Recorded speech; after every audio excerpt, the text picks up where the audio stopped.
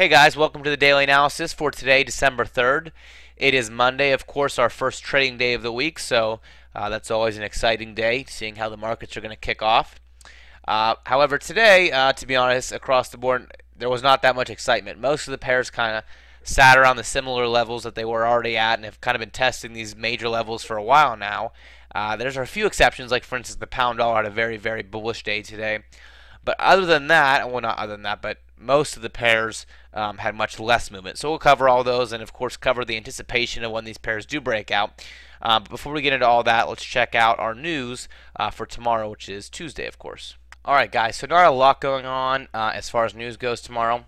There's some early pound and euro news that you want to pay attention to if you're trading that session or have trades open during that session. The main news that I'm looking for is the Canadian red tagged announcements at 9 a.m. Eastern, because that's the session I'll be trading with. So other than that, I'm not going to be paying a whole lot of attention to the other news announcements unless I have open trades during them. For instance, if I happen to have an odd trade open tomorrow evening, then I'll certainly pay attention to the GDP report for Australian dollar. But other than that, that Canadian news is the main thing I'm concerned with. And overall, not a lot of news tomorrow.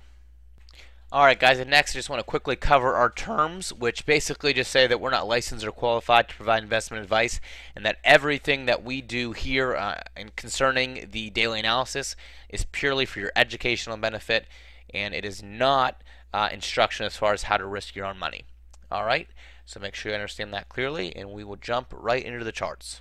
So the first thing I have up here is the odd dollar daily, and you can see that this main range is the one that I've been tracking for quite some time and has been tightening up recently. Now in the middle of this range we have this strong base, which you can see has been tested here, and then again recently here. So a few major levels in play, but as of right now it remains very tightened and continuing to test. Let me zoom up on this a little bit for us here. Keep my label.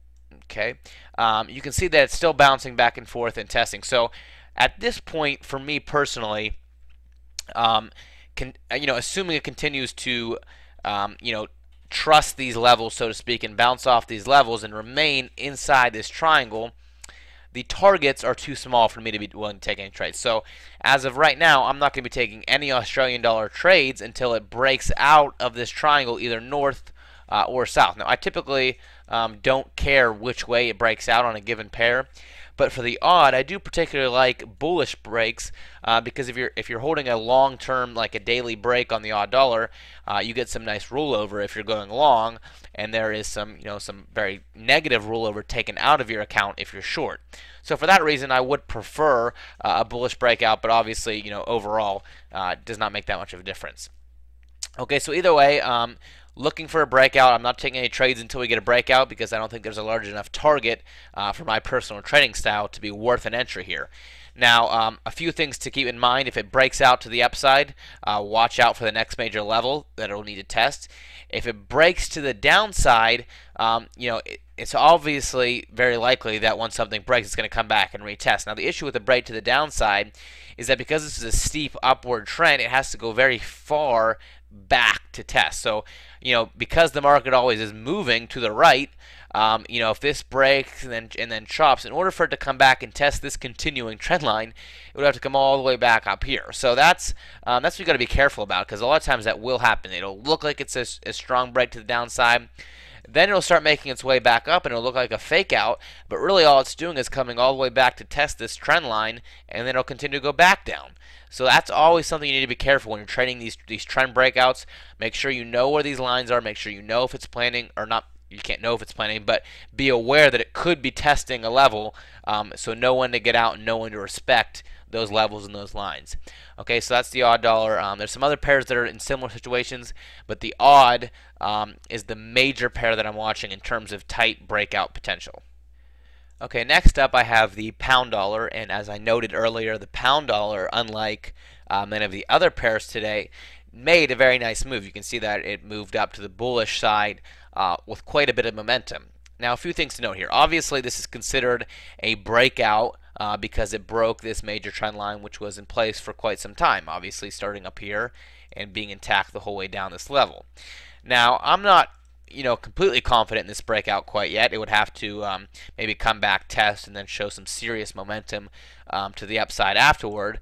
And I'll give you a few reasons why I am not very confident. Number one is because this downtrend has been relatively consistent for a while now. So, these pullbacks have a lot of bullish momentum, but a lot of times they're just momentum reversals that are coming up and then waiting for the next reversal to a lower low, which obviously has been the case so far. So it's not like this is an unusual burst of bullish momentum. We had momentum here and here and here on the pound as well. And, a lot of times the first breakout of a major area is a fake out to get people jumping long so that it can come back and crush people the other direction. And so I'm never super confident when something first breaks out, and especially with the pound dollar, because I personally am someone who's expecting some US dollar strength to come here, mainly because, with a lot of the economic situations going on in the US economy, people expect the fiscal cliff and the stock market to crash, among other things. And when that happens, typically the strength of the currency increases while the stock market crashes. And so if that's the case, if that's the case, then you would typically expect the pound dollar to go down, along with the euro dollar and the odd dollar and all the other US dollar crosses. So with that said, I'm kind of still holding on to that sentiment in spite of the potential breakout to the upside that we have here. Another thing to note is how steep this uptrend is. So we're in a very, very steep uptrend that took a while to develop. And so typically when you have a breakout like this, you're looking for more momentum. You're looking for a very steep climb to continue upward. Well, it's going to be pretty difficult for the pound dollar to continue a very steep upward climb after it's already been in a very steep upward climb for several weeks already. And so that's another thing that makes me feel that it's ready for a reversal back to the downside, not a continuation steeper to the upside. So again, I'm not counting out the idea of a bullish break. I'm not going to just ignore every technical sign that I see, but I'm just going to tell you that it does not have my confidence in the bullish direction yet. Now, I'll look for a few things. Number one, I'll look for a break here, okay, because that'll be a major level that it broke through anywhere in this range up in here. A break of that would be it would give me a lot more confidence that the pound dollar is looking to make a rally to the upside. I'll also look to see how this closes. We're not far from the close here, but if it falls down 10 or 15 more pips, that's going to make this daily bar look a lot different than it did an hour or so ago. Okay, so there's a few things going on there, and then also I'll just see if there's immediate momentum continuation. In other words, if tomorrow's another massive bar to the upside, then that means that the momentum is continuing from the break. If it's kind of a stall bar or even just a correction back to the downside, then that's going to change the story quite a bit as well. And remember that we have this very steep trend line now. So if it breaks this trend line, it may very well break back through this trend line, but not break this trend line, and we could sit on this trend line for a while, still heading down.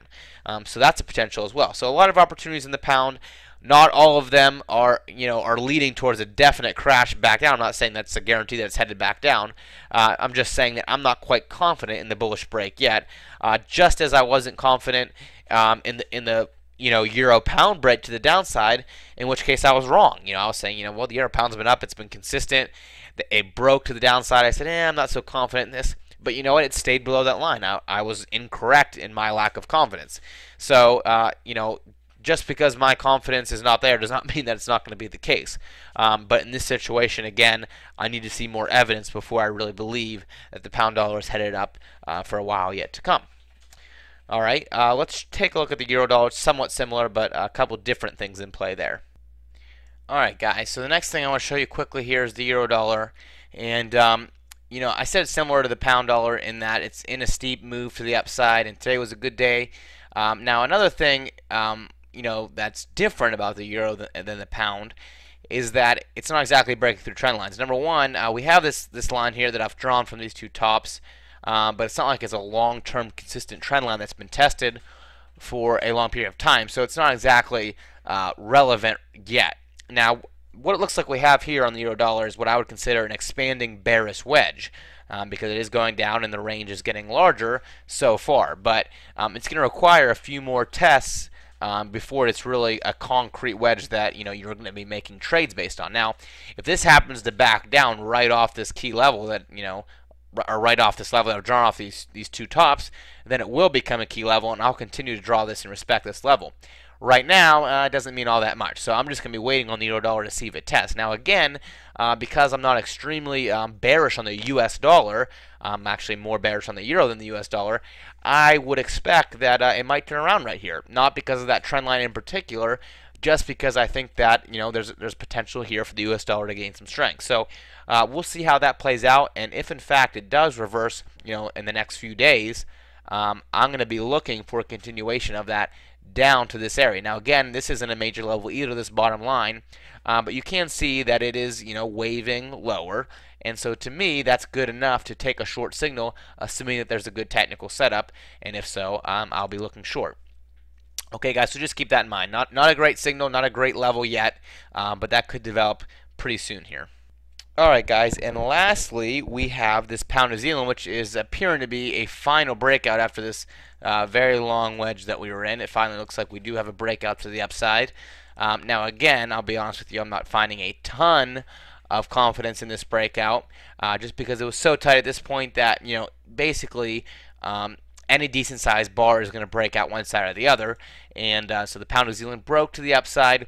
We're right at this major top here with all these tails, so this one I'm going to wait on. I'm not jumping on long just because of the breakout quite yet. Don't get me wrong, I think that there's potential for this thing to rally all the way up to here and even higher, but just not yet. I'm not finding a lot of confidence in that yet.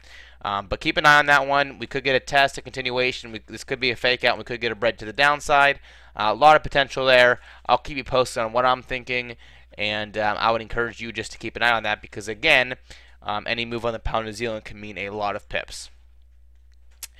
Alright guys, well I think that's about it for the daily analysis. Thanks so much for stopping by, and be sure to leave a comment or a question below.